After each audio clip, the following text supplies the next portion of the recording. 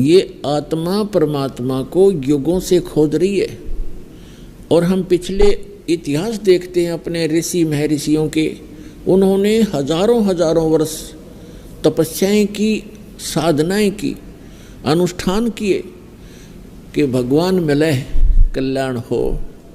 लेकिन यदि उनका मार्ग ठीक होता तो वही मार्ग वो हमें बताया करते थे, तो हम सभी चले जाते और पृथ्वी खाली हो जाती।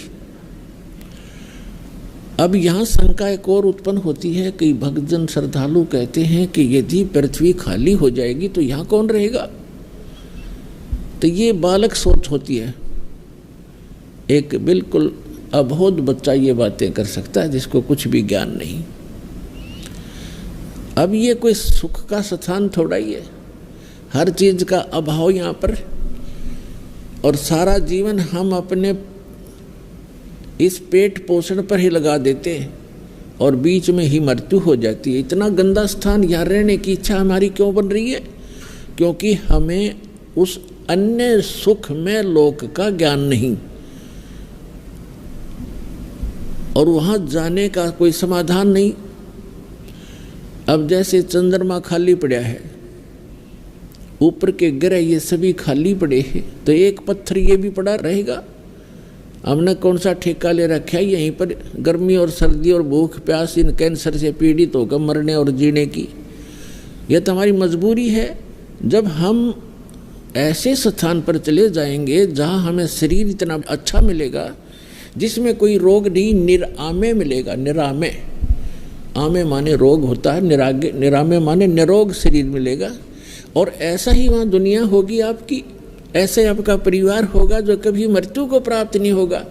और वहाँ एक ऐसा शिष्टाचार होगा, यहाँ तो कहते बहु सास ने गड़न लाग रही है या सास बहू से के सर हो रही है, रोज कोई ना कोई पंगा जी ने बना रहता है जीव के।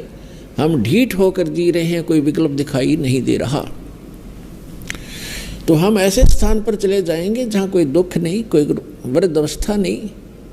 अब कौन वृद्ध होना चाहता है, कौन रोगी होना चाहता है? और सभी हो रहे हैं। कौन मरना चाहता है?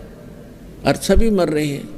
तो ऐसे गंदे लोक में और फिर कोई ये कहे कि ये खाली हो जाएगा, ये तो जितना शीघ्र खाली हो उतना अच्छा।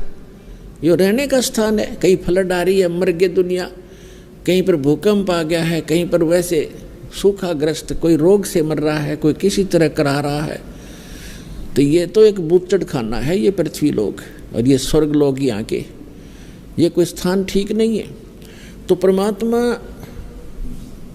की खोज में हम युगों से लगे हुए हैं, और यदि उन ऋषि महर्षियों का मार्ग सही होता तो हम चले जाते वहाँ पर, हम इस संसार में नहीं रहते।